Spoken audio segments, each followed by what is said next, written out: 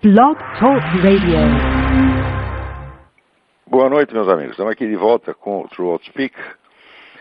Como vem acontecendo em toda a semana, nós temos aqui uma profusão de materiais que mereceriam atenção diferenciada.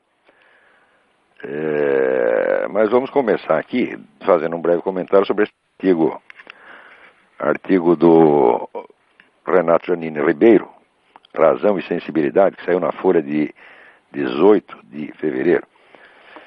Aí ele diz que está chocado com este crime que aconteceu para o menino João Hélio, e diz assim: se não defendo a pena de morte contra os assassinos, é apenas porque acho que é pouco. Não pare de pensar que deveriam ter uma morte hedionda, como a que infligiram ao pobre menino. Imagina os suplícios medievais, aqueles cuja arte consistia em prolongar ao máximo o sofrimento e em retardar a morte. Todo o discurso que conhecem, em larga medida, sustenta sobre o Estado não dever se igualar ao criminoso, não dever matar pessoas, não dever impor sentenças cruéis nem tortura, tudo isso entra em xeque para mim diante do dado bruto que é o assassinato impiedoso. O senhor Renato Janine Ribeiro, como toda a USP, tem uma longa história, tá certo, de esforços para amarrar a mão das autoridades e deixar os criminosos fazerem o que quiserem. A USP se empenhou nisso. O Renato Janine Ribeiro, ele é tão contra a ordem, lei e justiça, que ele achava até injusto e imoral você proibir que um cachorro mijasse no sofá. Ele tem tanto amor, assim, vamos dizer, a expressão anárquica dos desejos humanos e animais, que ele era contra você, por exemplo, você montar num cavalo, é uma coisa horrível, você atrelar um burro numa carroça. Quanto a esse negócio de burro, eu admito que ele é parte interessada. A defesa dos burros, evidentemente, ele está argumentando pro domo sua, como diziam os latinos, está argumentando pelos seus. Agora, o negócio do cachorro me impressionou muito. Agora, depois de ter pregado durante anos o liberou geral até para os cachorros, ele repentinamente ficou chocado e descobriu que o crime existe. E na hora de denunciar o crime, ele já aproveita, tá certo, para jogar um veneninho em cima da pobre Inquisição, dizendo que a arte dos torturadores medievais era prolongar ao máximo o sofrimento, retardar a morte. E, bom, não cabe nem discutir isso, porque no Brasil você não pode tentar restaurar uma verdade histórica, porque as pessoas só raciocinam em termos de tomar partido. Se você diz, olha, a Inquisição não fazia isto, daí o outro diz, não, você é um partidário da Inquisição, você quer a volta da Inquisição. É assim que o brasileiro raciocina, porque foi ensinado a raciocinar assim por professores como esse Renato Janine Ribeiro e outros tantos da USP. Mas o fato é que a tortura era um uso disseminado até a época do advento da Inquisição, e a Inquisição foi a primeira entidade que tomou alguma providência para limitar aquilo. Então, vamos dizer, o torturado não podia sofrer mutilação, nem derramamento de sangue, e só podia ser torturado uma única vez. Como é esse negócio de retardar a morte? Não é isso? Aí, por exemplo, esta semana aparece essa senhora Dilma Rousseff dizendo que foi torturada ininterruptamente durante 22 dias. Eu tenho certeza que isso é mentira, porque a mulher mente até a respeito da história dela. Diz que participou da guerrilha, da luta armada. Ela nunca participou de luta armada nenhuma. Ela era terrorista de gabinete. E se mente a respeito do que ela mesma fez, por que não vai mentir a respeito do que os outros fizeram com ela? Então eu não acredito na história de ser torturado durante 22 dias. Mas o fato é que, em qualquer dos governos que torturam pessoas, ninguém tem esse limite de um dia, nem 2 dias. Eu falo, até enquanto o sujeito aguentar. Quer dizer, esse negócio de retardar a morte, isso é uma coisa moderna, isso não é da Inquisição, não. Isso é uma das conquistas da civilização, das luzes, né? Mas esse Renato Janine Ribeiro, quer dizer, a posição dele contra a pena de morte sempre foi errada, porque ele diz que o Estado não deve se igualar ao criminoso. Olha, examine a coisa objetivamente. Você ser contra a pena de morte é você decretar que nenhuma penalidade será tão grave quanto o delito. Quer dizer, se existe o crime de homicídio, se os homicidas podem matar, mas nós não podemos matá-los, nós só podemos botar na cadeia e sustentá-los com o nosso dinheiro durante 20, 30, 40 anos, então ele jamais sofrerá uma penalidade vamos dizer, tão grave quanto o delito que ele cometeu. Isso aí já é você, evidentemente, conceder, vamos dizer, ao criminoso uma possibilidade de ação que você nega ao próprio Estado. Então, essa é uma autocastração. Ora, se você pegar a maioria dos grandes filósofos da humanidade, todos sempre foram a favor da pena de morte. Né? Quer dizer, agora, o Renato Janino Ribeiro, ele passa, vamos dizer, da defesa do direito dos delinquentes para o polo oposto. Agora ele quer que o delinquente seja torturado, que sofra, que arranque unha do sujeito, tá certo? Que lhe põe a granada no rabo. Quer dizer, o sujeito é louco. Quer dizer, o que é isso? E vem dizer aqui que é um intelectual, um pensador. Esse sujeito nunca pensou coisíssima nenhuma. Isso é uma vergonha. Quer dizer, a importância que dão para esse cara no Brasil é uma vergonha. Muito bem. Agora tem aí uma pergunta muitíssimo interessante aqui do William Singh. Ele manda duas perguntas. Primeiro, o que é que eu penso do Paul Feyerabend? Segundo, o que é que eu acho do modernismo? E bom, o livro do Paul Feyerabend, Contra o Método, eu considero um livro extremamente importante pelo aspecto crítico, para ajudar a desmistificar, vamos dizer, este culto do método científico que existe. Hoje tem pessoas que acreditam, vamos dizer, que ciência é a única, ciência no sentido de ciência natural, é o único conhecimento sério que existe, tá certo? E que tudo mais são apenas expressões do sentimento e da fé. Eu acabei de ter na internet uma discussão com um sujeito desse. Esse tal de Rodrigo Constantino. Ele realmente acredita que só existem duas coisas, ciência de um lado e fé do outro. Ciência é o que segue o método Karl Popper. Né? E o resto é tudo mais, é fé irracional, e fundamentalismo, e fanatismo, etc, etc. E tem muita gente que pensa assim. O livro do Paul Feyerabend é bom para mostrar que isso não tem pé nem cabeça. Mas, por outro lado, o Paul Feyerabend também exagera um pouco, no sentido em que ele admite, na ciência, todo e qualquer tipo de argumento, inclusive o argumento retórico e poético. Eu digo, olha, o argumento retórico e poético ele pode ser usado na ciência, mas não como instrumento de prova, nem como instrumento de persuasão. Ele pode ser usado como instrumento heurístico. Aliás, sem o discurso poético e retórico, é impossível você pensar. Em qualquer coisa, qualquer assunto que você pense, você começa a trabalhar aquilo com a imaginação. Tá certo? Depois você faz certas escolhas, dessas escolhas você daí seleciona umas quantas que você vai examinar criticamente e por fim você chega a um critério científico. Então essa é exatamente para dizer que o negócio da teoria dos quatro discursos, em todo e qualquer assunto que você vai estudar, você passa pelas quatro etapas, necessariamente. Então você não pode excluí-las. Se você excluir o argumento poético e retórico, a sua mente fica paralisada. Mas isso não quer dizer que eles possam ser usados legitimamente na ciência como instrumento de prova e persuasão, apenas como instrumento heurístico. Heurística é a arte de ter ideias, é a arte da descoberta. Quer dizer, aliás, o pensamento do argumento poético, ele existe para isso. Já dizia a Suzanne K. Langer, essa grande filósofa americana, dizia que o símbolo é uma matriz de intelecções, quer dizer, através do discurso poético, você tem uma sucessão de intuições e daí delas você vai selecionar as que, com o devido exame, se mostrem mais consistentes. Agora, se você paralisar o discurso poético, acabou a imaginação, portanto, não tem intelecção nenhuma.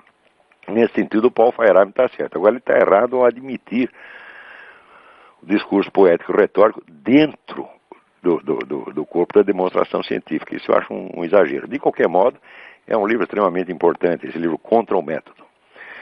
Quanto ao modernismo, eu não penso nada, eu não acho nada, mas existe um livro que eu recomendo e que acho que sem ele não dá para entender exatamente o que foi o movimento modernista no começo do século XX. Esse livro chama-se Rites of Spring, Ritos da Primavera, do historiador Modris Eksteins. Eu acho assim, o melhor livro de história que saiu, desde o clássico do Jan Huizinga, O Outono da Idade Média, eu não li uma obra histórica tão impressionante quanto esta.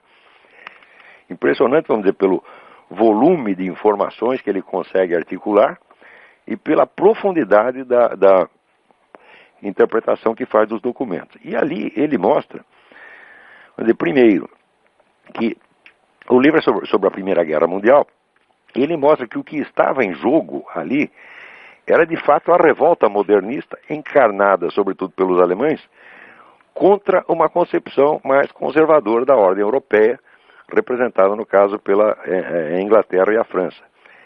A tese é muitíssimo bem demonstrada, eu acho que não tem como escapar disso. Então a Alemanha, no caso, aparecia como o grande difusor, vamos dizer, da rebelião modernista, né, e irracionalista, seria o caso da rebelião romântica, tá certo? Que é um aspecto da Revolução que voltaria a aparecer depois nos anos 60. Né? Isso aí encaixa muito bem numa tese mais geral que eu tenho, que é a da unidade do movimento revolucionário. Desde que surge o movimento revolucionário, ele começa a surgir com aquelas seitas messiânicas no século XIV, mas ele se perfila como uma unidade autoconsciente a partir do iluminismo. Eu digo unidade autoconsciente porque cada geração de revolucionários se refere conscientemente à sua antecessora e vamos dizer, se reconhece como participante de uma tradição histórica. Então, é possível você traçar a história do movimento revolucionário desde o iluminismo até hoje apenas na base da autorreferência que os autores revolucionários fazem. Quer dizer, não é uma interpretação que eu estou dando, é a própria autoimagem do movimento revolucionário que eu estou expondo. E existe uma característica histórica recorrente que é a seguinte: quando a camada mais recente da ideologia revolucionária começa a falhar, começa a fazer água, começa a se desmoralizar, automaticamente uma das camadas anteriores é trazida à tona de novo para revigorar o espírito revolucionário declinante. Um exemplo que eu dei num artigo recente foi justamente esse, que quando teve o relatório Khrushchev em 1956, desmoralizando o establishment soviético, então o que aconteceu? Houve uma crise de credibilidade no marxismo. Automaticamente surge a nova esquerda nos Estados Unidos, que trazia uma forte inspiração, vamos dizer, irracionalista romântica. Tá certo? Com o negócio das drogas, liberação sexual, feminismo, gay, etc, etc. Tudo isso fazia parte, vamos dizer, da rebelião romântica. A rebelião romântica, por sua vez, tinha duas fases. A inicial, que foi no começo do século XIX, com Jean-Jacques Rousseau, e o movimento modernista, sobretudo da Alemanha, no começo do século XX, justamente esse a qual está se referindo o Modris Extens. Na Alemanha, na época, havia todos esses movimentos de juventude, liberação sexual, movimento gay fortíssimo na época, e o culto das drogas também, tudo isso apareceu na Alemanha nesse período também. Reapareceu na Alemanha nesse período. E quando reaparece novamente, nos anos 60, é justamente para revigorar com essa substância romântica o corpo declinante da Revolução Mundial. Funcionou. Mais recentemente, após a queda da União Soviética, aparece de novo, vamos dizer, um estado de espírito negativo entre os líderes revolucionários, estado de espírito do qual dá testemunho esta carta das Farc, enviada à 13ª reunião do Foro de São Paulo, né? E ali a gente vê que logo após esse choque que foi a queda da União Soviética, aparece o quê? Aparece um neo-iluminismo. Quer dizer, o iluminismo como primeira camada histórica do movimento revolucionário, ele reaparece agora para enxertar novas forças no corpo da Revolução Mundial. Então, de repente, reaparece de novo um monte de neo-iluministas, né? O Renan Chanini Ribeiro, aliás, é um deles, o outro aí é o Sérgio Paulo Rouanet. Mas isso apareceu no mundo inteiro, todo mundo, de repente, retira do túmulo, né, as múmias, velhas múmias, Voltaire, Diderot, né? Aquele bando de charlatães miseráveis do iluminismo, né? Mentirosos até a demência, e que já estavam, de certo modo, dentro da história do movimento revolucionário, eram considerados superados. Marx os considerava apenas antecessores burgueses dele mesmo. Então, estavam aparentemente enterrados. Mas quando o corpo da revolução fraqueja, você puxa essas camadas anteriores para revigorar. E numa dessas aparece justamente o modernismo, tal como o estuda o Modris Eckstein. Não deixem de ler esse livro, é uma obra-prima, chama-se Rites of Spring, Ritos da Primavera. Muito bem, vamos ver o que mais. Aqui é a carta do Carlos A. Júnior. O senhor já foi comunista. Que acontecimento serviu para precipitar aquele estalo e fazer com que o senhor chegasse à conclusão que o comunismo não era a saída? Muito bem. Essa é uma história muito complicada, mas o primeiro sinal de que aquilo não prestava, eu obtive já praticamente no primeiro mês, né, de participação no Partido Comunista. Note bem que dentro do partido eu era peixe pequeno, eu era o que eles chamavam tarefeiro. Tarefeiro é o sujeito que só obedece ordem e não discute, né? Mas acontece que o próprio sujeito que me cooptou para entrar no partido, o sujeito me cooptou, nós entramos, havia uma base comunista ali na Folha de São Paulo, nós tínhamos nossas reuniões, nossas atividades, mas logo em seguida aparece um sujeito muito sinistro do comitê estadual, dizendo o seguinte, olha, o companheiro fulano de tal, ele arrumou uma amante que nós temos razões para suspeitar que seja agente do DOPS. Então, nós temos que isolá-lo durante algum tempo, enquanto nós investigamos esse negócio. E simplesmente delegou 3 voluntários, entre os quais este que vos fala, para localizar um lugar onde depositar o sujeito. Em suma, era quase um cárcere privado, né? E, naturalmente, nós fomos, não fui eu que achei, mas um dos 3 acabou achando um barraco numa favela, que eu lembro que você andava até o zoológico de São Paulo, depois andava mais outro tanto e mais outro tanto. É um lugar que eu nunca mais conseguiria achar. E depositamos o sujeito lá, e de vez em quando íamos lá levar cigarro para o sujeito. Eu sei que passou um tempo, né, daí eu fui desligado dessa missão e esqueci o assunto. Daí estou eu um dia lá nessa época eu trabalhava no jornal Notícias Populares, que é jornal sangrento, que pertencia à Folha de São Paulo. E estou eu lá sentadinho e escuto 2 companheiros do partido, um dizendo para o outro assim: sabe quem estava aí na portaria? Aquele filho da puta do fulano de tal, que era justamente aquele que me havia convidado para entrar no partido. Nós não deixamos nem entrar no edifício. Em suma, o sujeito, por uma suspeita que ela jamais se confirmou, ele tinha sido excluído não somente do partido, mas excluído da profissão.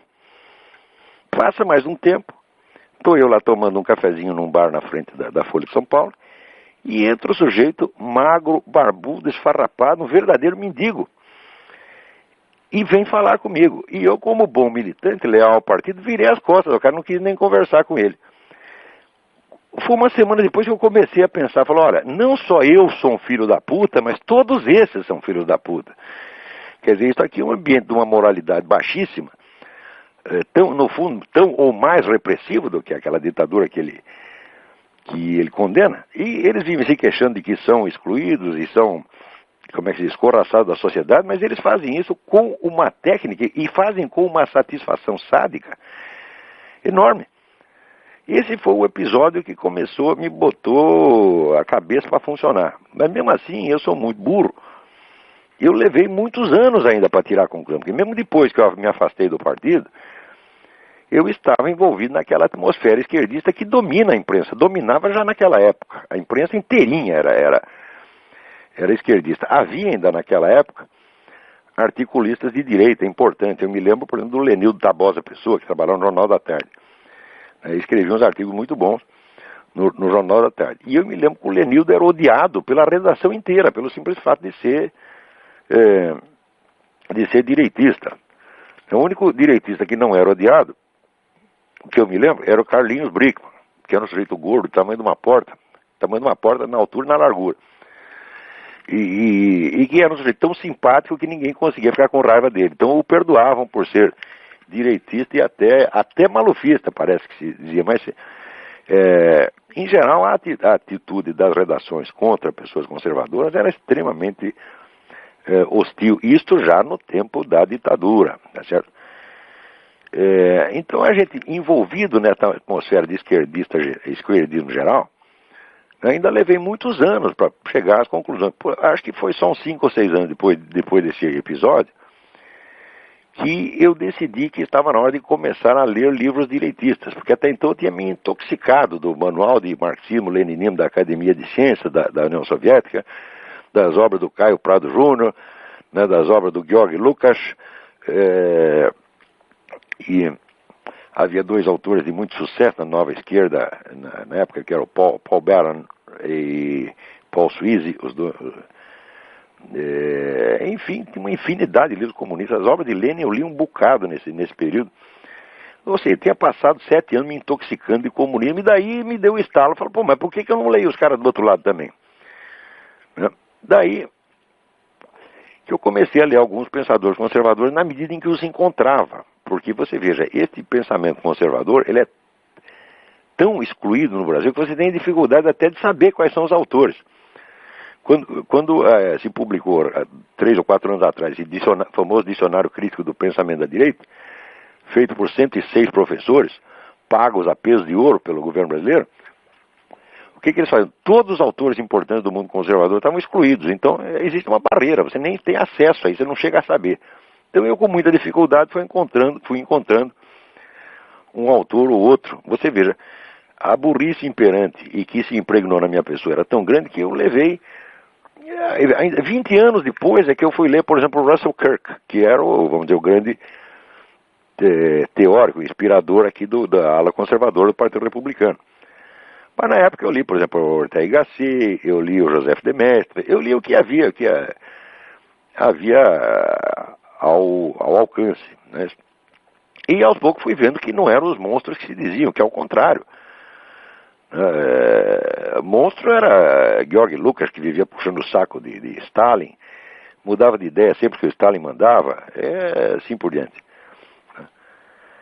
E foi isso que foi mudando gradativamente a minha posição. Eu não consigo nem datar, né, o dia em que, vamos dizer, realmente eu rompi com o esquerdismo inteiro, mas foi gradativo, porque eu lembro que até uns 10 anos atrás eu ainda tinha algum respeito intelectual por autores de esquerda. Hoje não tenho mais respeito nenhum, porque vejo que não merecem. Dizer que Marx é um vigarista é pouco. Marx é um charlatão integral. Tudo que esse homem escreve é falsificado, cada linha. Quanto mais você estuda, mais você vê isso. Agora, no começo, é difícil você perceber isso por causa da autoridade, do prestígio imenso que tem. Agora, quanto tempo leva, vamos dizer, um jovem brasileiro para ele escapar dessa atmosfera que é dominante e imperante, que está por toda parte, e começar a raciocinar, né? Quer dizer, isso é que nem o peixe não consegue saber o que é água porque ele nunca esteve fora da água, então não tem meio de comparação. Isso, para um estudante brasileiro, é um dos maiores desafios. Vamos lá.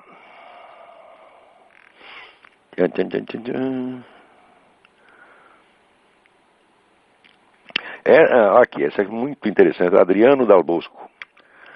O senhor impressiona pela sua capacidade de citar e comentar livros, sendo que muitas vezes o senhor não só cita o nome do autor, como também puxa a frase de lá de dentro.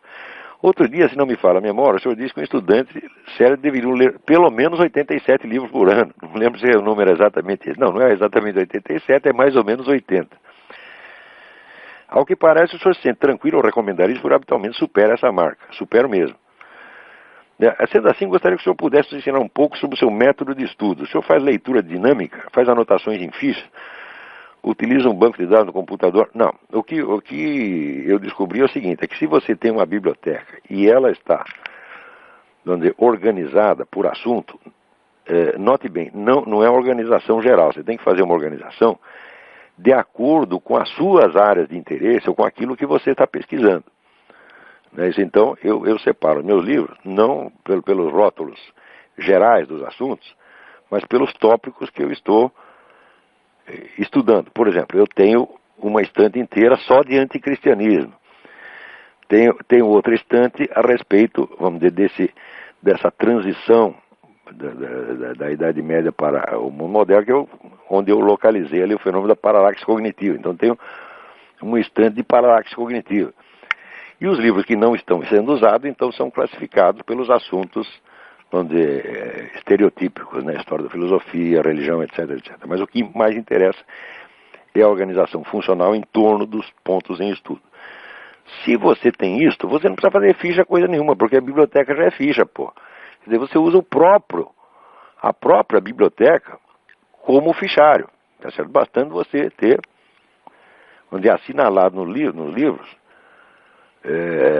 os pontos que lhe interessam. Quer dizer, isso é um hábito tão antigo que eu simplesmente não consigo ler sem um lápis na mão. Eu, se tiro o meu lápis, eu fico analfabeto, né? Eu não consigo mesmo, fico absolutamente desesperado. Às vezes, quando eu ia viajar, estava no ônibus, percebi, esqueci o lápis, falei, pronto, fudeu, agora não vou conseguir ler o livro, né? Então, assim, você vai anotando só os tópicos que te interessam, não rabisque livro inteiro, não, você tá entendendo? Porque senão você vai se confundir. Você tem que marcar só os pontos que interessam, né? Então, eu tenho muito livro aqui que eu vou lá, né, com lápis, leio par, que não interessa nada. Lá no meio tem um pedacinho marcado. Esse pedacinho entra nos meus arquivos. Então, essa é a primeira coisa. E segundo, não faça leitura dinâmica, não. Leia devagar, não tenha pressa. Aí, devagar também é pressa, tá entendendo? Porque senão isso aí vai dar com muita pressa, dá ejaculação precoce, tá entendendo? Não é isso que você tem que fazer, você tem que ler para entender, tá certo? E não creia que você entendeu a página se você não é capaz de expô-la com suas próprias palavras. Quer dizer, por exemplo, pessoal, recomendo, quando você aprende uma língua estrangeira, que você passe a raciocinar nela. Eu não faço isso de maneira alguma. Tudo que eu leio, em inglês, francês, italiano, espanhol, até um pouquinho de alemão, eu leio alemão com muita dificuldade, mas leio. Tudo isso eu traduzo mentalmente. Por quê? Para ter a certeza de que eu apreendi a ideia. Entendeu? Então, quer dizer, eu vou devagar. Agora, o devagar também é pressa. Tá entendendo? Se você vai com interesse de ler, também você não pode esquecer aquela recomendação do Antonin Sertillanges no livro A Vida Intelectual, que diz que existem vários níveis de leitura, tá certo? Existe a leitura formativa, a leitura informativa, quer dizer, a leitura de inspiração e a leitura de divertimento. Então, quer dizer, em geral, eu estou com alguns livros que são centrais para o que eu estou estudando nesse momento, e esse livro eu não me incomodo de levar 1 ano, 2 anos para lê-lo. E em volta, quando eu canso disso, eu vou lendo outras coisas mais rapidamente, pelo menos para me informar sobre o que são os livros. Se algum dia eu precisar voltar a eles, eu volto. Por exemplo, eu estou aqui no livro The Ecumenic Age, a Era Ecumênica, do Eric Fögling. Eu acho que eu estou com esse livro, já é o segundo exemplar que eu tenho do mesmo livro. Eu estou lendo esse livro faz uns 3 ou 4 anos, porque toda hora eu volto a ele. Tá entendendo? Tanta coisa que tem lá dentro, e cada vez que eu volto lá, eu descubro que tinha maiores profundidades que eu não tinha pegado. Outra coisa que eu recomendo para você é o seguinte: não discuta com o autor enquanto você está lendo. Aceite tudo como se fosse a mais pura verdade. Tá certo? Quer dizer, raciocine como ele. Faz como você faz quando vai ver um filme. Um filme, o que é? Você assistir um filme, é como se fosse um sonho. É você que está sonhando. Quer dizer, na hora que você vê aquelas imagens fluindo, você está assistindo aquilo como se você estivesse sonhando. Então você assume o sonho, você não critica o sonho, né? Depois que você acorda, que você vai ver se aquilo é possível ou não é possível. Então, eu, quando estou lendo o livro, eu me deixo impregnar inteiramente por ele, sem medo de ser enganado. Por quê? Porque se o sujeito estiver enganado, isso aí vai aparecer mais cedo ou mais tarde. No mínimo, você lendo vários livros, você se deixando impregnar por influências diferentes, elas mesmas, elas se compensam umas às outras, tá entendendo? Então, vamos dizer, a confiabilidade, a ausência de desconfiança é muito importante. Então, é mais importante você saber onde o autor tem razão, não importando se ele é Karl Marx, São Tomás de Aquino, Eric Fögling ou Aristóteles. Né? Outra coisa, que até a minha mulher está me lembrando, passou aqui um bilhetinho. Lembra, quase, vamos dizer, uns 80% do que eu estudei na vida foi assim, em intervalo de trabalho, em ônibus, em sala de espera. Onde quer que eu vá, eu tenho horror de fila e tenho horror de ficar esperando sem fazer nada. Então eu ando com 2, 3 livros para todo lugar que eu vou por uma mera questão de precaução. Vai que o nego me bota numa fila, eu já tenho o que fazer. Né? Então, assim, esse trabalho constante. Né? E tudo depende, no fim das contas, a coisa fundamental em qualquer estudo é o interesse verdadeiro, tá certo? É que determina a sua capacidade de estudo. Não é o seu QI, tá certo? O meu QI, pelos testes, ele não é baixo, ele é, pelos testes, 147. Mas é inferior ao da Madonna, como você pode perceber, tá certo? Mas eu tenho a impressão que esse QI aumentou, porque eu, quando era moleque, era muito burro. Mas o interesse verdadeiro de saber, ele torna você inteligente, entendeu? Se você quer saber mesmo, ninguém segura, entendeu? Então, sempre o interesse. Outra coisa, não estude coisa só por obrigação exterior, fuja disso, né? Só estude aquilo que você tem realmente interesse. Bom, esse não é um método, é apenas algumas dicas soltas, tá bom? Espero ter ajudado em alguma coisa. Agora, o Lúcio pergunta aqui: o senhor nos poderia fornecer uma análise crítica da filosofia de Ayn Rand? Não, uma análise crítica completa eu não posso, tá certo? Porque eu só li 2 livros dela. Um romance, que é aquele The Fountainhead. O que eu li foi o Atlas Shrugged, e vi o filme da Fountainhead, e li um livro que foi publicado no Brasil, A Virtude do Egoísmo. Então eu tenho alguma ideia da filosofia da Ayn Rand. Não posso fazer uma análise crítica, mas posso assegurar uma coisa para você. Filosoficamente aquilo não tem a mínima importância. Mesmo porque o centro da filosofia dela é a ideia do egoísmo em contraposição ao altruísmo. Ora, egoísmo e altruísmo não são conceitos filosoficamente sustentáveis, porque eles são, vamos dizer, apenas aspectos abstratos que estão presentes em toda e qualquer ação. Tá certo? Por exemplo, se você perguntar quando Jesus Cristo se deixou crucificar para salvar a humanidade, né, ele foi altruísta ou egoísta? Aparentemente foi altruísta, porque está sacrificando pelos outros. Mas acontece que esses outros, né, ele sendo realmente o Logos encarnado, ele sendo Deus, então essa humanidade pertence a ele. Então, vamos dizer, ele estava cuidando das suas propriedades. Então, vamos dizer, esses 2 elementos, egoísmo e altruísmo, não são separáveis em nenhuma ação. Eles são distinguíveis mentalmente. Quer dizer, a velha distinção, vamos dizer, escolástica, entre o distinto e o separado. Existem vários níveis de distinção. Existe a distinção que está na própria coisa.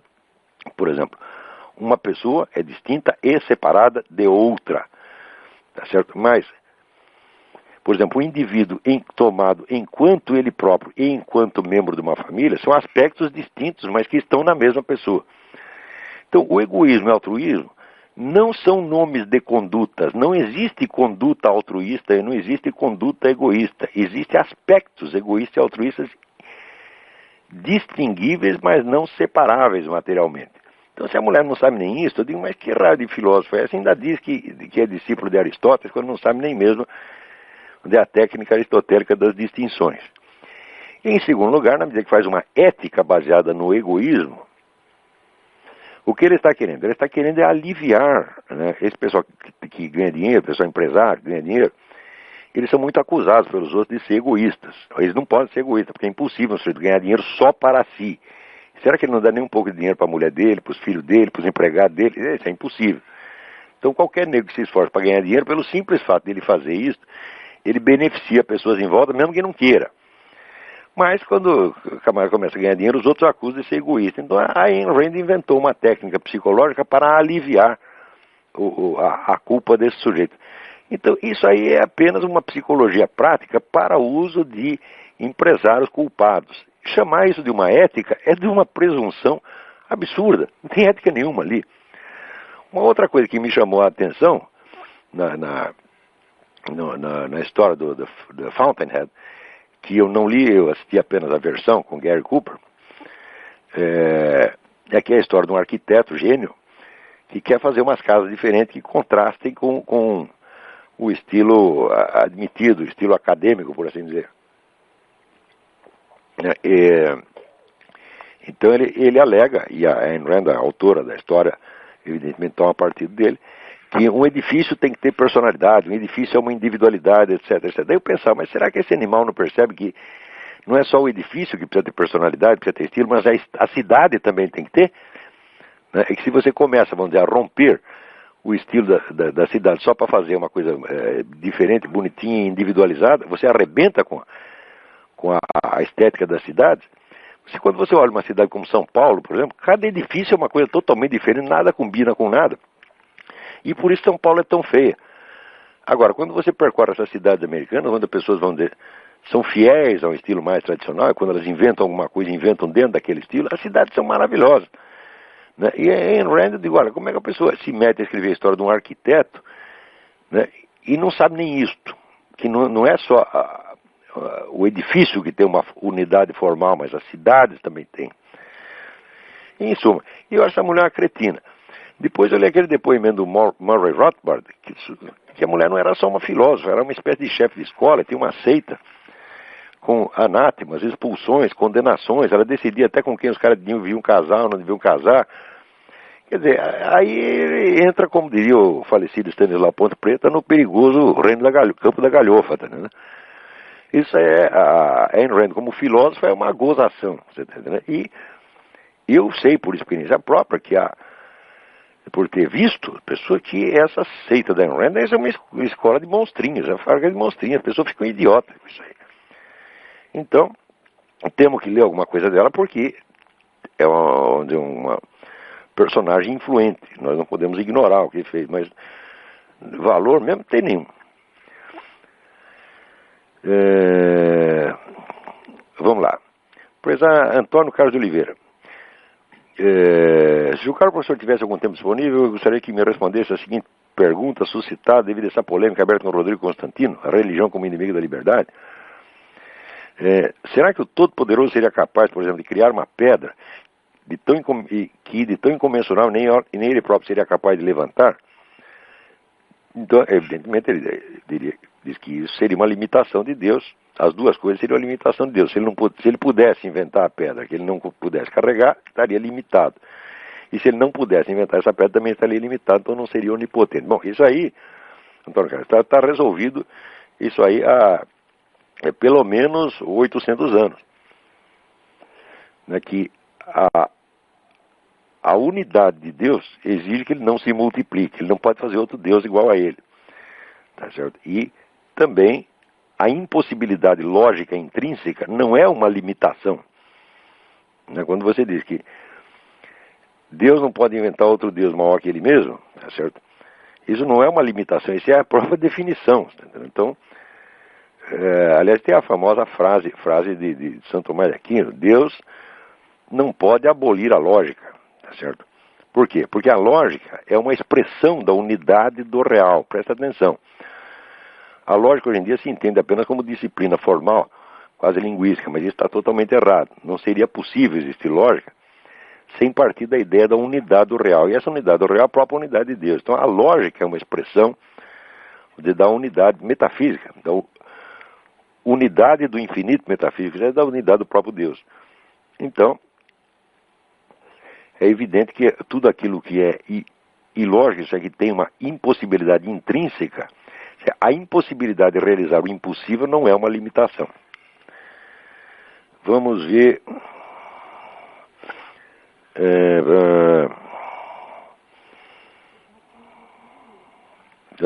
Tem gente aqui esperando para falar. Vamos ver. Alô? Quem está na linha? Alô? Alô, quem está na linha? Alô, Olavo? Eu. Alô? Alô, tá ouvindo? Olavo? Tô ouvindo. Quem é? Aqui é o Davi de Belo Horizonte de novo. Tudo bem? Tudo bem. Aqui, nesse programa passado, eu queria desculpar porque eu acabei falando um bocado. Dessa vez eu vou falar muito menos. Eu tenho duas perguntas. Diga. O senhor disse que, eu lembro do sexto podcast que o senhor fez com o Yuri, o senhor falou que estava estudando o fenômeno da paralaxe cognitiva, inclusive historicamente. Eu queria que o senhor desse uma geral no que o senhor já conseguiu descobrir. Nossa, mas é tanta coisa, rapaz. Quer dizer, a paralaxe cognitiva eu defino como, vamos dizer, a diferença, o afastamento entre o eixo da construção teórica e o eixo da experiência real do indivíduo que está fazendo essa construção. Então, a partir de um certo momento na história, ocorre uma ruptura dentro do pensamento ocidental, que é o seguinte: antes, os filósofos antigos e medievais até uma certa época, eles estavam crentes de que eles existiam dentro da realidade, dentro de um cosmos, de que eles faziam parte desse cosmos, tá certo? E sabiam que não podiam sair de fora do cosmos para observá-lo como de fora. Tá? De repente, a filosofia começa a raciocinar exatamente assim, quer dizer, como se o cosmos fosse um programa de televisão que você está assistindo. Tá certo? Então, isso evidentemente provoca uma distorção de percepção. Não é possível você datar. Eu tenho tentado ver onde é que começa isso, mas eu vejo, por exemplo, que isso já estava presente em Guilherme de Ockham. Não pela teoria nominalista dele, não por isso, mas quando ele proclama a universalidade do empirismo como critério da verdade. Você verá, na realidade da nossa vida, aquilo que nós podemos testar por experiência é ínfimo, é só um pedacinho, tá certo? Então, Aristóteles dizia que todo conhecimento vem de outro conhecimento, que provém de outro conhecimento, e de outro, e de outro, e de outro. Ou seja, existe uma tradição de conhecimento na qual você se insere, você é apenas mais um. E você vai examinar só um pedacinho do conjunto e vai acrescentar o seu pedaço lá. De repente, o Ockham coloca o filósofo como se fosse um fiscal da ciência universal, que tem que, vamos dizer, colocar tudo em teste. Então, o empirismo, ele é fácil de você proclamar o empirismo, mas é impossível de você praticá-lo. Você só pode ser empirista com relação a uma parte ínfima da realidade. E, evidentemente, o Ockham não percebe isso. Ele acredita que ele é empirista. Já deu qualquer sujeito que diga que é empirista, ele está mentindo. Ele só pode ser empirista com relação a um pedacinho da realidade. O resto ele vai aceitar, vamos dizer, consensos tradicionais, ou que é pior, até consensos contemporâneos.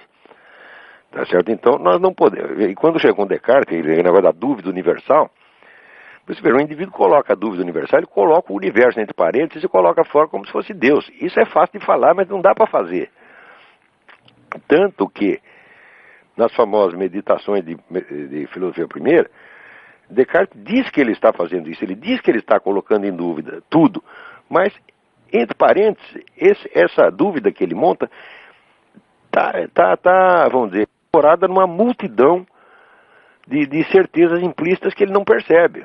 Então, aí você vê que já existe uma diferença entre o que o sujeito está vivendo realmente e o que ele está teorizando.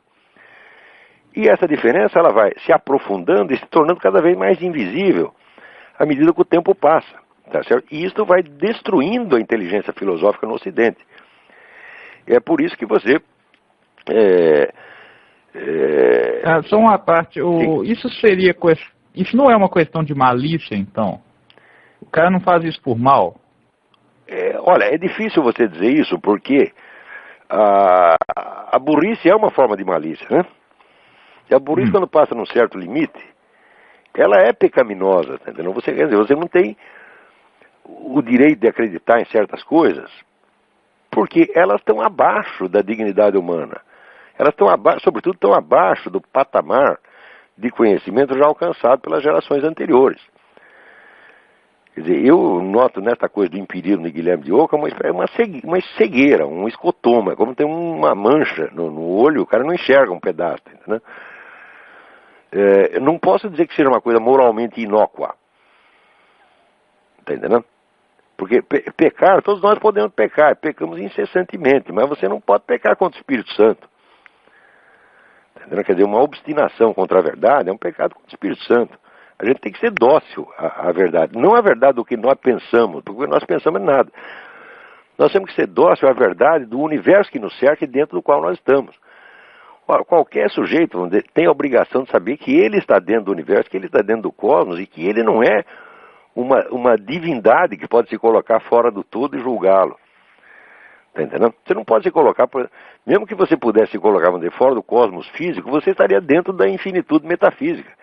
Já dizia o apóstolo São Paulo, nele vivemos, nos movemos e somos. Nós estamos dentro de Deus, nós somos possibilidades internas do próprio Deus. E jamais conseguiremos sair disto. Agora, se você isola um pedaço e acredita que aquilo é a realidade e que você está observando de fora, então, em primeiro lugar, você está maluco. Tá certo? Em segundo lugar, você está criando um mundo à sua imagem e semelhança. Quer dizer, é um delírio. É um tipo de delírio. Não é isso? Por exemplo, essas pessoas que fazem uma filosofia sobre a meta da história. Eu digo, como a meta da história? Depois de alcançar a meta da história, a história vai acabar? Quer dizer, você sabe o dia que vai acabar a história? Nenhum de nós sabe. Nós estamos dentro de um fluxo de conhecimento que nós não sabemos exatamente como começou e muito menos sabemos quando vai terminar. Portanto, nenhum de nós pode falar do sentido integral da história. Só podemos falar de sentidos parciais dentro de uma civilização, dentro de uma sociedade. O sentido global da história é absolutamente inapreensível. Não faz sentido isto. Como diria o Rock Balboa, né? Como é? Como diria o Rock Balboa, it's not over until it's over, né? Exatamente. Não. Agora, quando é que vai acabar? Essa é a pergunta. Se você não sabe quando vai acabar, você não sabe qual é o sentido. Porque uma vez que um determinado sentido se realizou, a história continua e aparece outro, e outro, e outro, e outro, e outro. É isso? Essas pessoas que aparecem com teorias universalmente explicativas. Agora acham que a teoria de evolução explica não somente a variedade das espécies animais, mas explica todas as formas de cultura, a história humana inteira. Isso é uma bobagem. Uhum. Quer dizer, a proposta já é imbecil por si mesma. Quer dizer, e é claro que a investigação empírica da história comprovará que tudo isso é falso. Não que esse aspecto não exista. Ele existe, mas ele está dentro de 1000 outros. Então, aí começa a haver uma espécie de guerra da inteligência humana contra a complexidade do real. Você tá entendendo? Então, o homem perde aquela docilidade ao real, que é tão característica dos filósofos antigos, de Aristóteles, próprio Santo Tomás de Aquino, tá entendendo? Que sempre que as coisas desmentem o que ele está dizendo, ele aceita. Quer dizer, a realidade tem autoridade sobre a filosofia dele, né? Sim. Bom, a minha segunda pergunta e última eu ouvi alguém falando que o senhor seria gnóstico, mas agora que eu vi algumas coisas recentes, isso não parece ser verdade. A minha resposta é gnóstico é a puta que eu pariu. Ponto final. Assim, não o senhor pode, então, com isso. O senhor pode me dizer, então, por onde que passa essa história de gnosticismo e agnosticismo? É um negócio meio estranho isso.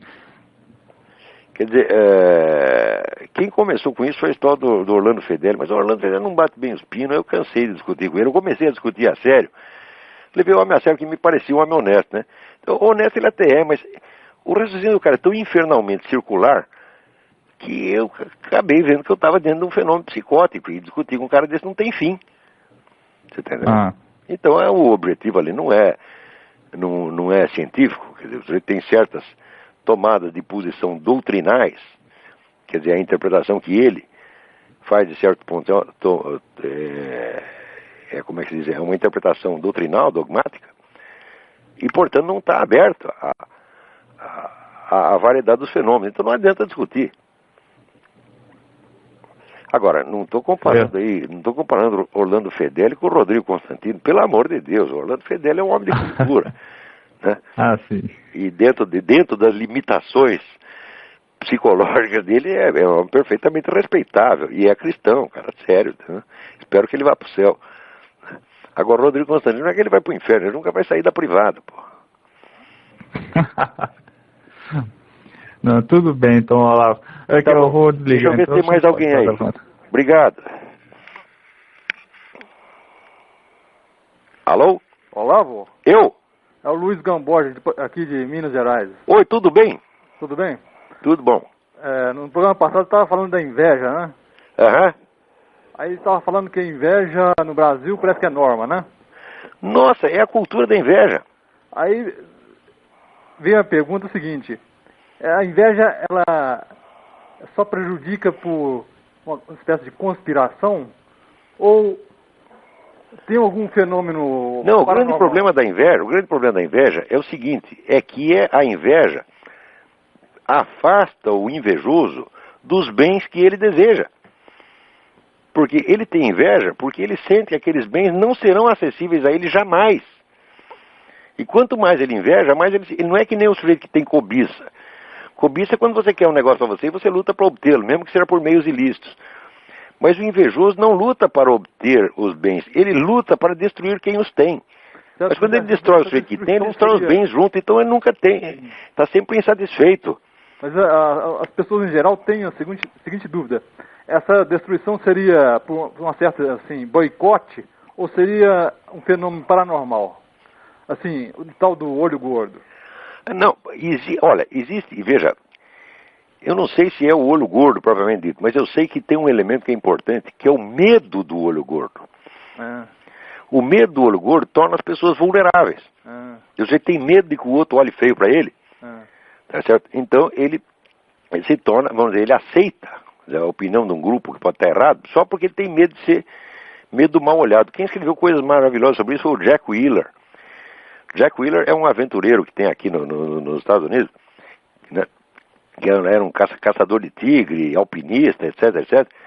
E é um sábio, tá certo? A única coisa que eu discordo dele é que ele é anti-tabagista fanático, mas é um grande sujeito, eu gosto muito dele. E ele escreveu uma série de artigos, vamos dizer, explicando a fragilidade do pessoal conservador, direitista, liberal, etc, etc, pelo medo do olho gordo. Eles têm medo que o pessoal da esquerda olhe, né, faça cara feia para eles. E o medo do olho gordo é um dos grandes mecanismos de controle social que existe hoje.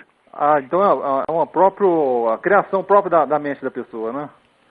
Agora, pode haver um elemento espiritual aí na origem remota disso, a origem civilizacional disso, tá entendendo?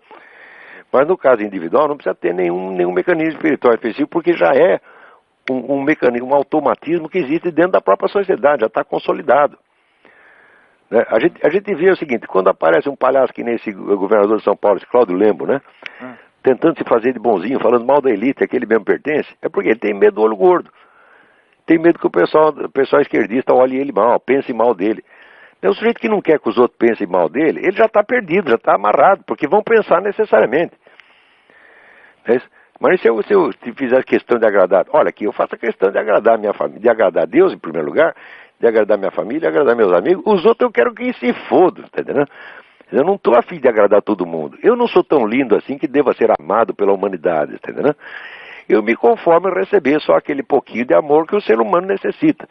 Né? A opinião dos outros, pode ter milhões de Rodrigues Constantino, né, que vão lamber sabão, tá entendendo? Eu não estou querendo que todo mundo me ame. Se você quer que todo mundo te ame, você também é que nem o Hitler. Então o que é o Hitler? É um caso, vamos dizer, de carência afetiva monstruosa, quer ser amado pela humanidade. Tirando os judeus, evidentemente. Ele diz, olha, eu jogo o judeu no lixo, os outros têm que me amar. O senhor falou, você falou de uma origem civilizatória, né? Onde é que a gente pode buscar isso? Esta é uma fragilidade humana, vamos dizer, que você não consegue explicar por motivos sociais, porque ela é universal. Seria cosmológico. Então você só vai encontrar explicações de ordem espiritual mesmo, quer dizer, uma fragilidade intrínseca da alma humana. Você está entendendo? Que a expõe a ser continuamente explorada e ludibriada, tá certo? Ou por pessoas de más intenções, ou até por seitas demoníacas, que dominam massas inteiras de pessoas nessa base. Eu tenho um caso na família assim. E quem não tem? E quem não tem? Todo mundo tem. Bom, espero que tenha respondido pelo menos um pouco da sua pergunta. E tem mais gente na fila aí. Deixa eu falar com os outros então. Obrigadão, hein? Obrigado. Alô? Alô? Alô? Alô? Quem está aí? Quem está falando? Aqui é o Luiz Afonso, Olavo. Luiz Afonso de Portugal? De Portugal. Mas que maravilha. Na outra vez caiu a ligação, não consegui mais completar na outra semana. Mas a minha pergunta é a seguinte, eu estou aqui em Portugal e eu tenho uma filha de 8 anos no Brasil. Minha pergunta é como orientar a educação dela, pelo fato de eu estar aqui, e também o que me preocupa é que ela hoje estuda em colégio particular no Brasil, mas mesmo assim eu vejo que tem doutrinação ideológica. Luiz, eu vou ser sincero com você, isso? Desculpe a minha brutalidade, mas dentro do Brasil não tem saída. É só se as pessoas se unirem, as pessoas que percebem esta coisa absurda, a situação absurda, elas tinham que se unir e elas montar escolas do jeito delas.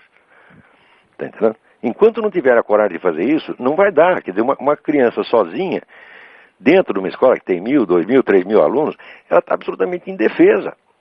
Nós precisamos nos unir para dar um ambiente melhor para essas pessoas. Porque, veja, eu sempre tive a sorte que eu trabalho em casa. Então eu sou uma influência constante em cima das minhas crianças, tá entendendo? Mas a maior parte das pessoas não tem isso. Então você vai sair para trabalhar, você vai ficar, se você trabalha 8 horas, você vai ficar pelo menos 10 fora de casa, você tá entendendo? E durante esse tempo, a sua criança está sob a influência da escola, da televisão, da vizinhança, né, do grupo de amigos, que é a pressão mais forte. Então, se não criarmos estruturas grupais, coletivas, para defender nossas crianças disso, como fazem aqui nos Estados Unidos, elas estão liquidadas. Essa que é a verdade. Então, você quer um conselho, né? Leva a sua menina para Portugal e eduque a você mesmo. Quer dizer, não estou dizendo para fazer o homeschooling, porque o homeschooling não é permitido em todos os países. Não sei em Portugal como é. Aqui é totalmente permitido, né? Aqui tem um monte de gente que fez na base do homeschooling, né? Seja, mesmo se ela trazê-la para cá, eu vou ter que neutralizar a influência também da escola aqui, que tem uma série de elementos muito parecidos com... Claro, entendeu? nós temos que, não adianta cada um ficar... Veja, se existe um ataque geral, onipresente e coletivo, a defesa contra isso tem que ser coletiva também. O pessoal tem que se organizar e dizer, ó, não queremos essa porcaria de ensino para as nossas crianças, então nós vamos bolar em cima do nosso modo. Mas por que esse pessoal conservador, liberal, então não trata de fazer isso? Entendeu? Quer dizer, não adianta nada a gente reclamar e não fazer nada. Quer dizer, tentar produzir um ensino melhor é algo que... Eu não me limitei apenas a criticar a Universidade Brasileira. Eu criei uma alternativa e provei que a alternativa funciona. Porque qualquer aluno meu de filosofia com 2 anos de estudo comigo dava baile em professor da universidade. Tá certo? Quer dizer, eu provei que não apenas falei mal do que estava errado, mas tentei fazer uma coisa melhor e a coisa melhor funcionou. Você mesmo é testemunha disso. Sim. Agora, fazer isso só no âmbito universitário é pouco. E além de mais, só tinha um nego fazendo, que era eu. Então tem que fazer desde a escola primária, tá entendendo? Eu não sou muito bom nisso, eu não posso dar grandes sugestões nisso, porque eu não sou bom para educar criança. Eu sei educar as minhas crianças, dentro das circunstâncias domésticas. Numa escola, eu estaria no mato sem cachorro, não sei o que fazer para uma escola de crianças, mas deve haver gente qualificada para isso. Tá entendendo? Então, a minha sugestão é essa, reúnam-se, tá certo? Ou em Portugal ou no Brasil, reúna-se com outros amigos, conservadores, liberais, e olha, nós precisamos dar um ensino melhor para as nossas crianças, não adianta a gente ficar xingando o ensino público, tá certo?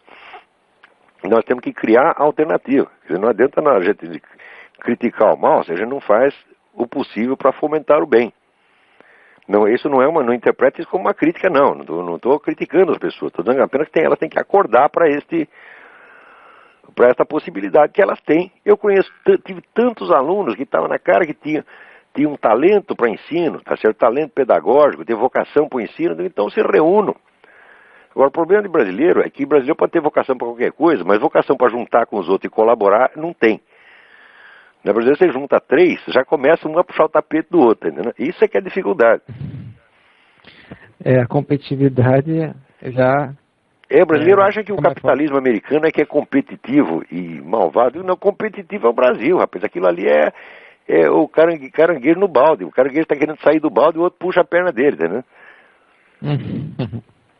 Então, fica aí a minha sugestão. Essa questão da educação das crianças é gravíssima, mas não há solução na esfera individual, a não ser que aconteça isso que aconteceu para mim. Eu trabalho em casa há mais de 20 anos.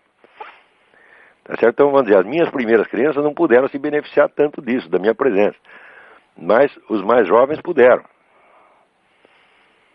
Okay. Sabe que isso acontece não só na escola pública, mas na escola particular, que é o caso... Mesmíssima coisa. Ou seja, não tem para onde fugir, né? No Brasil não tem para onde fugir. Não tem. Aqui tem muita escola boa, tem a possibilidade da homeschooling. Né? Aqui você se livra disso aí. Até a minha filha acabou de fazer, fez o exame secundário pela internet, tá entendendo? Então você vai tirar o diploma imediatamente. Isso aí dá para fazer aqui. Nos Estados Unidos, os Estados Unidos ainda são a terra da liberdade. O brasileiro não sabe o que é liberdade, nunca experimentou, nunca sentiu o gosto, tá entendendo? Mesmo quando vem aqui, o idiota se fecha num hotel, tá certo? Ou fica convivendo só com o brasileiro e não entende a sociedade americana. Mas aqui, isso aqui é uma delícia, rapaz. Isso aqui mesmo, por mais safadeza que exista, você sempre tem um meio de defesa contra ela. Aqui, quer dizer, a liberdade não te é oferecida assim de bandeja, não. Você tem que lutar por ela, mas aqui eles te dão os meios de lutar. Meu plano é trazer minha filha para cá, mas isso vai demorar um tempo ainda, até que eu tenha essas condições para que então, reze por ela dia e noite. Reze mesmo, a oração funciona, meu Deus do céu. Não, com certeza. Eu tenho provas pessoais, eu sou um fruto da oração, eu já entrei em tudo quanto é encrenca na vida, tá certo? E na hora H, tá certo? Eu orava e Deus me tirava da encrenca, tirou de encrencas absurdas, tá entendendo? Eu sei que isso existe, eu sei eu não posso, se eu negasse isso, estaria negando a minha experiência de vida. Agora, as pessoas não querem arriscar, não querem nem tentar, porra, assim não dá. Né? Fica os caras de fora, dizendo, não, Deus não existe, isso é tudo besteira. Fala, bom, você não sabe de nada, você nasceu ontem, porra. Né? Acha que sabe tudo. Tá certo, Alberto.